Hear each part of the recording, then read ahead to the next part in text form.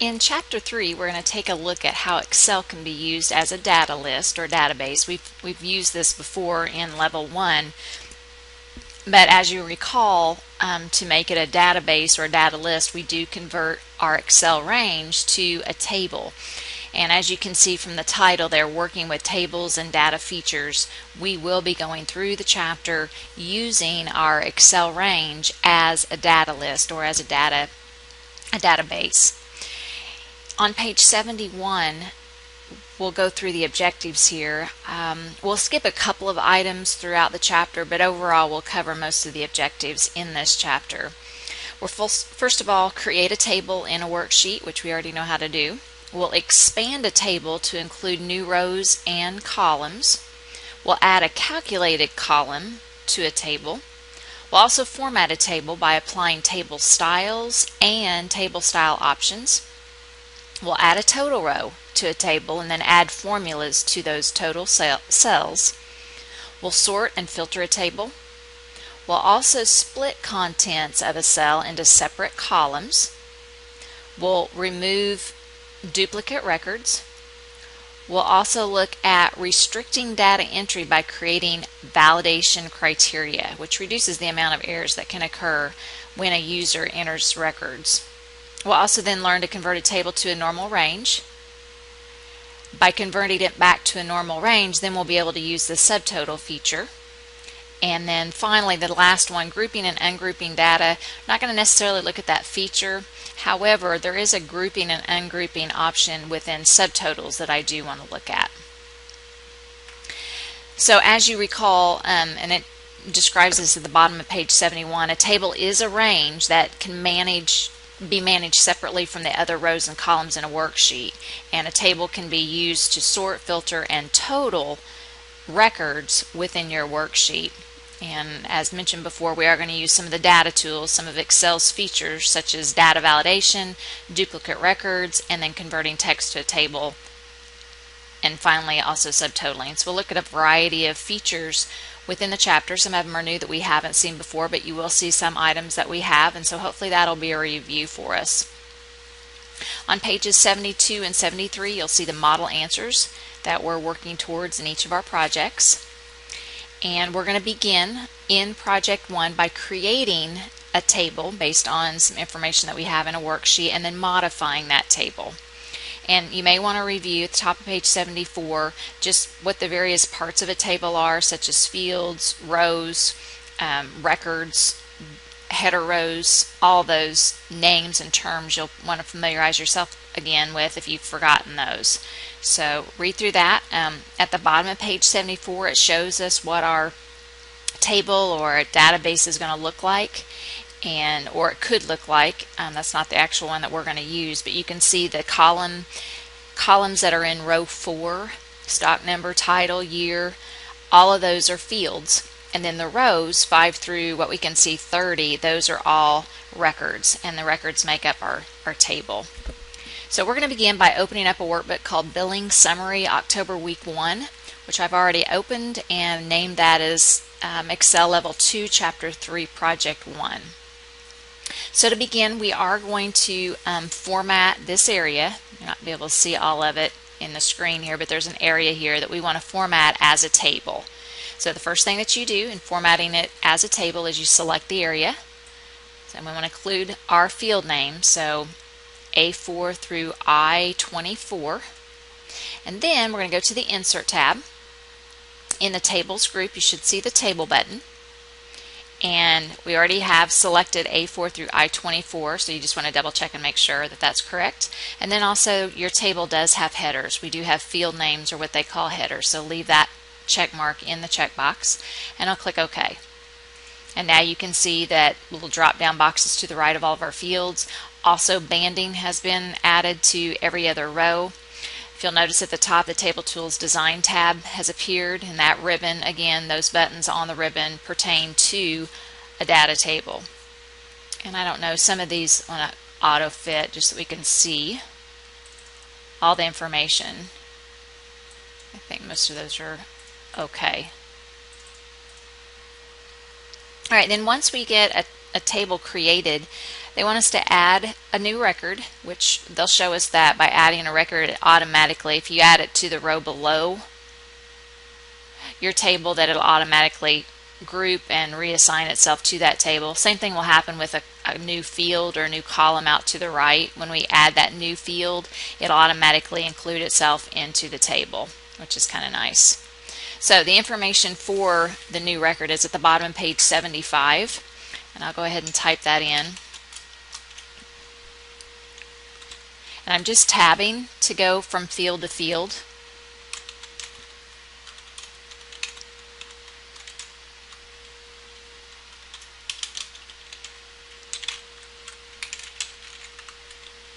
Kyle Williams, since it's been keyed in before, as soon as I type in a K, it fills it in. That's the autocomplete feature, which is what I want. I want Kyle Williams, so I'll just tab on over. Real estate's the same way. I'm just typing in an R and it automatically puts in real estate. The billable hours, 2.5, and the rate is 75. So you can see how it's added a new row, and I probably shouldn't have pressed tab on that last one, but it added a new row and included it into our table. Same thing happens with the field. If we add a new field to the right, which we are, we're going to add a field called fees due. As soon as you add that, notice how it formats it, includes it part of the table. And with the fees due, we're simply going to take the billable hours and multiply it times the rate. So in J5, all formulas start out with an equal sign, and then I'm just going to point and click cell H5, multiply it. Now notice the H5 didn't come in, it took on the title for that particular field. That's another advantage of using a table, a data table, and its features. And then also I'm going to multiply this times the rate. As soon as I press enter, it'll automatically fill down. And let's go ahead and format that so that it has 2 decimals like the other 2 columns. So I'm going to select J5 through J25, sorry. And then we'll go to the number group and we'll increase the decimals so that they all have 2 decimal places. Adding a new field also kind of threw off the titles at the top. We need to go back and reformat that so that they're merged and centered between A1 and J1. So I'm going to select A1 through J1. And up in the alignment area, I'm going to click on merge and center one time. That kicks it, turns it off, but when I click it again, that then merges between the cells that I have selected. I'm going to do the same thing for the next title. Click once, that'll move it to the left. Click again, that'll merge and center. Same thing for the date. So always be aware of that you may have to go back and update your formats when you add rows or columns. On the bottom of page 76, they talk about table styles and other table options that are within our Table Tools Design tab. And we are going to utilize some of those. We're going to apply a new style to our table, but we're also going to add some different banding and a total row eventually to our table. So the first thing that we want to do when we inserted a table, it applied its own table style. We want to add a little bit different table style, different coloring to that. So again, on the Table Tools Design tab, in the Table Styles group, you'll see Quick Styles, and there's different categories, light, medium, and dark. They want us to go to the medium 15. So I'll click on that. That adjusts the colors within our table, and that's all just kind of preference. And then they do want us to do something different with the banded areas. They want us to remove the banded rows. So I'm just going to click on banded rows. They want us to click on the first column and also banded columns. And it really honestly depends on what your content is. You can see the first column has been shaded a little bit differently and the others opposites have been shaded with gray. But this matter of preference as to what you think or you feel would be most readable and easily understood by your audience. So a lot of different things that you can do there, but they also just want you to test if you'll remove the header row. Notice it takes out that first row there, and there may be times when you only want the record showing. Also in this table style options area, there's a total row. I'm going to scroll down just a little bit so you can see when I click on it what it does. You click on the total row, It will add a total row at the bottom of your table, and in the last column it always puts in the sum function. It will sum the information in that column.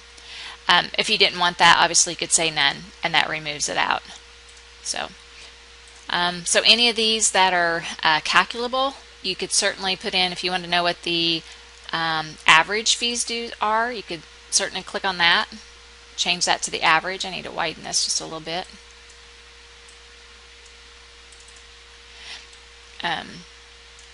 If you have text, if you just want to count the number of clients that you have, you can use the count function. And that counts how many records that you have within your table. So you have a lot of flexibility with that total row. It allows you to do some quick calculations in specific columns. And then once you're done with that, you can certainly turn off the total row, and that removes that particular line. Next, we're going to take a look at sorting and filtering in a table, which we've looked at this before, so this hopefully is a little bit of a review. But if you look at your table, we want to filter out all of the attorneys. Actually, there's just one attorney by the name of Marty O'Donovan. We want to know all the clients and any billable hours that that particular person has. So our first step is to filter out so that we only see Marty O'Donovan. So filtering, if you go to the attorney field, click on the drop down arrow. Down at the bottom, I hope you can see all this, I'm just clicking on the select all button. That removes all the check marks in the list. Keep in mind also that those individuals that are listed there are the ones found in that field, but they're only listed one time. And then to filter and find Marty O'Donovan, I'm just clicking in the checkbox so that there's a check mark, and then I'm going to click OK, which is at the bottom of that menu. And so you can see that there are 3 clients that Marty O'Donovan has with billable hours and the fees due. Okay? And to get back all the records, to return all those records, you can go back to the filter button there and choose Clear Attorney, Clear Filter from Attorney, and that gets us back to original list of records. Next, we're going to look at sorting by multiple levels or by multiple fields, and we're going to sort first of all by attorney name. And as you know, there's more than one attorney, but so if there is more than one attorney, then we want it to look to the area of law. And there's several different areas that they may practice or specialize in. And then if there are multiple ones in the area, then we want it to look at the client last name. So again, our goal here is to sort by multiple fields or multiple levels. So one way to do that is to go back up to the top in the Data tab, choose the Sort button. That brings up the Sort dialog box. And again, that's one of many ways to get to the Sort dialog box. But we're initially going to sort by attorney, and we'll just leave that in ascending order. And then we want to sort by area. So I'm going to add a level. Then by comes up, and then we'll choose area. And again, we'll leave it in ascending order, but certainly if you want it in descending order, you just switch, or any other order. If you have a custom order that you want to sort by, you can certainly go to custom list. And then the last level that we want to sort by is by client name.